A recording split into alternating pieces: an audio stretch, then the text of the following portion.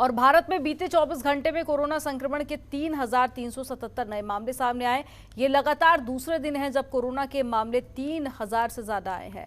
इससे पहले कल यानी कि गुरुवार की बात करें तो कोरोना के 3,303 मामले सामने आए थे और स्वास्थ्य मंत्रालय ने शुक्रवार सुबह कोरोना को लेकर अपडेट जारी किया। भारत में बीते 24 घंटे में कोरोना संक्रमण के 3,377 मामले सामने आए हैं। ये लगातार दूसरे दिन ऐसा देखा जा रहा है जब मामले बढ़ते जा रहे हैं, यानी कि कोरोना के आंकड़ों में अब धीरे धीरे करके इजाफा हो रहा है और इसी के चलते तमाम गाइडलाइन एक बार फिर से लागू की गई है।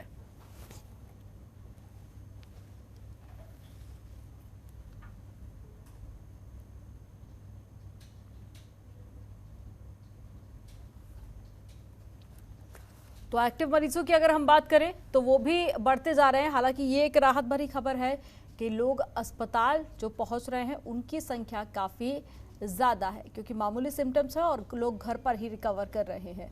और इसके अलावा जो घर से हॉस्पिटल तक पहुंच रहे हैं इलाज के लिए, वो भी जल्द ही ठीक होकर वापस लोग लौट रहे हैं, क्योंकि इसका एक बड़ा कारण ये भी माना जा रहा है कि लोगों का इम्यून सिस्टम पहले के मुकाबले काफ़ी ज़्यादा बेहतर हुआ है, क्योंकि ज़्यादातर आबादी ऐसी है जिनका वैक्सीनेशन हो चुका है।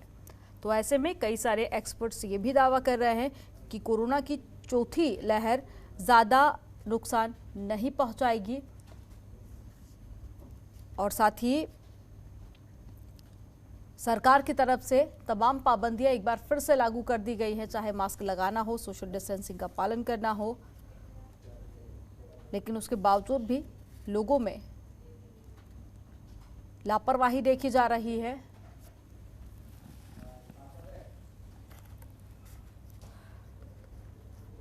संवाददाता रवि दिल्ली से जुड़ गए हैं ज्यादा जानकारी के साथ ही, और अरुण चंद्रा लाइव गाजियाबाद से जुड़ गए हैं। सबसे पहले रवि, आप ही का रुख करूंगी। अगर दिल्ली की बात की जाए तो पिछले 24 घंटे में क्या कुछ आंकड़े निकलकर सामने आए? बता दें कि दिल्ली में आज करीब कोरोना के मामले 1400 से कुछ करीब मामले सामने आए हैं और लोगों में भी काफ़ी दहशत का माहौल छा गया कि जैसे जैसे कोरोना बढ़ रहे हैं ऐसे लोगों को चिंता हो रहा है कि कहीं फिर एक बार लॉकडाउन ना लग जाए, या बच्चों को भी काफ़ी चिंता है कि कहीं स्कूल फिर दोबारा से बंद ना हो जाए। हालांकि अगर सोशल डिस्टेंसिंग का पालन, मास्क लगाना या फिर सरकार की गाइडलाइन की ही हम बात कर लें तो उसको लेकर जनता में कितनी ज़्यादा जागरूकता देखी जा रही है, और साथ ही क्या प्रशासनिक अधिकारियों द्वारा सरकार की कोरोना गाइडलाइन का पालन करवाया जा रहा है सार्वजनिक स्थानों पर?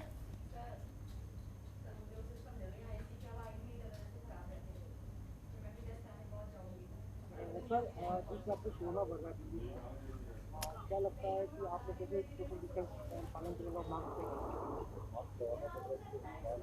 गाजियाबाद से जान लेते हैं, अरुण चंद्रा भी हमारे साथ में जुड़े हुए हैं लाइव। अरुण, बताइए गाजियाबाद की क्या स्थिति है कोरोना को लेकर? देखिए अमनदीप, जिस तरह से पूरे प्रदेश में या पूरे देश में ही कहा जा सकता है कि कोरोना के जो मामले हैं लगातार बढ़ते जा रहे हैं, वहीं गाजियाबाद की अगर बात की जाए तो गाजियाबाद में जो आज की संख्या है वो 309 पहुंच चुकी है और जो आज के जो कुल मरीज हैं वो 50 मरीज के करीब जो नए मरीज भर्ती हुए हैं, और उसमें अगर बात की जाए 45 से ज़्यादा मरीज ठीक होकर भी घर जा चुके हैं। तो अमनदीप, एक इसमें राहत भरी वाली बात मैं ये कहूँगा कि जिस तरह से आंकड़े तो बढ़ रहे हैं लेकिन जो रिकवर हो रही है, जो लोग हॉस्पिटल जा रहे हैं, जिनको पिछले कोविड की अगर बात की जाए, पहले चरण की या दूसरे चरण की बात की जाए, तो जिस हालात में उस समय संख्या बढ़ रही थी और अस्पतालों की जो किल्लत थी या रैंडिसम की किल्लत थी, ऑक्सीजन की किल्लत थी, तो वो किल्लत अब बिल्कुल नहीं है।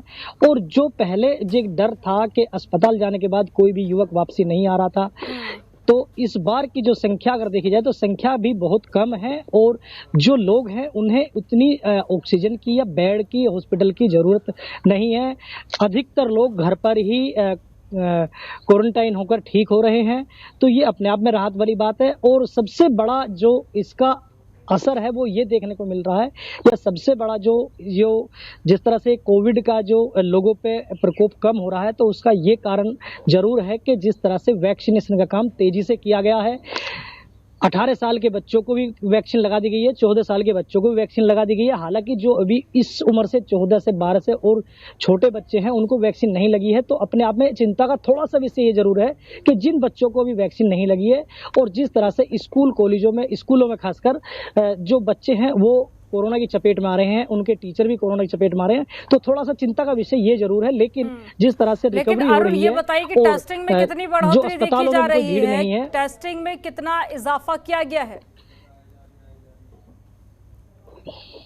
देखिए, टेस्टिंग की बात की जाए तो टेस्टिंग के साथ साथ जो डोज की बात है, जो कोविडशील्ड है, कोवैक्सीन है, इनकी जो लगाने की प्रक्रिया है, इसको जिस तरह से प्रदेश के मुख्यमंत्री ने खुद आदेश दिए हैं कि जितना जल्दी से जल्दी हो सके इसको कंप्लीट किया जाए। टेस्टिंग में कोई हीला हिलावट ना देखी जाए, चाहे सरकारी हॉस्पिटल हो या प्राइवेट हो, सभी में तुरंत के तुरंत उसका रिजल्ट आना चाहिए। वो देखने को जरूर मिल रहा है। जो सीएम योगी आदित्यनाथ की मंशा है, उसके अनुरूप गाजियाबाद जिले में शासन प्रशासन या गाजियाबाद डीएम या सीएमओ, जिला मुख्य चिकित्सा अधिकारी हैं, बिल्कुल लगातार काम कर रहे हैं। और उसी का असर है ये कि जो रिकवरी है वो बहुत जल्दी हो पा रही है। जो मरीज हैं वो इतने भयंकर स्थिति में नहीं है, जो है नॉर्मल है। लंग्स की प्रॉब्लम जिनको ज्यादा है, सिर्फ उसी को ऑक्सीजन की जरूरत पड़ रही है। अन्यथा जो वैक्सीन या डोज लग चुकी है उनमें ना के बराबर ये सिम्टम देखने को मिल रहे हैं। अमनदीप, वाकई में वैक्सीन लगने के बाद में लोगों का इम्यून सिस्टम काफी हद तक बेहतर हुआ है और यही एक कारण है कि दूसरी लहर के मुकाबले तीसरी और चौथी लहर काफी ज्यादा कम प्रभावशाली साबित हुई थी। आप दोनों का तमाम जानकारी साझा करने के लिए बहुत शुक्रिया। खबरों के निष्पक्ष विश्लेषण के लिए सब्सक्राइब करें Jantantra TV and press the bell icon. Never miss any update.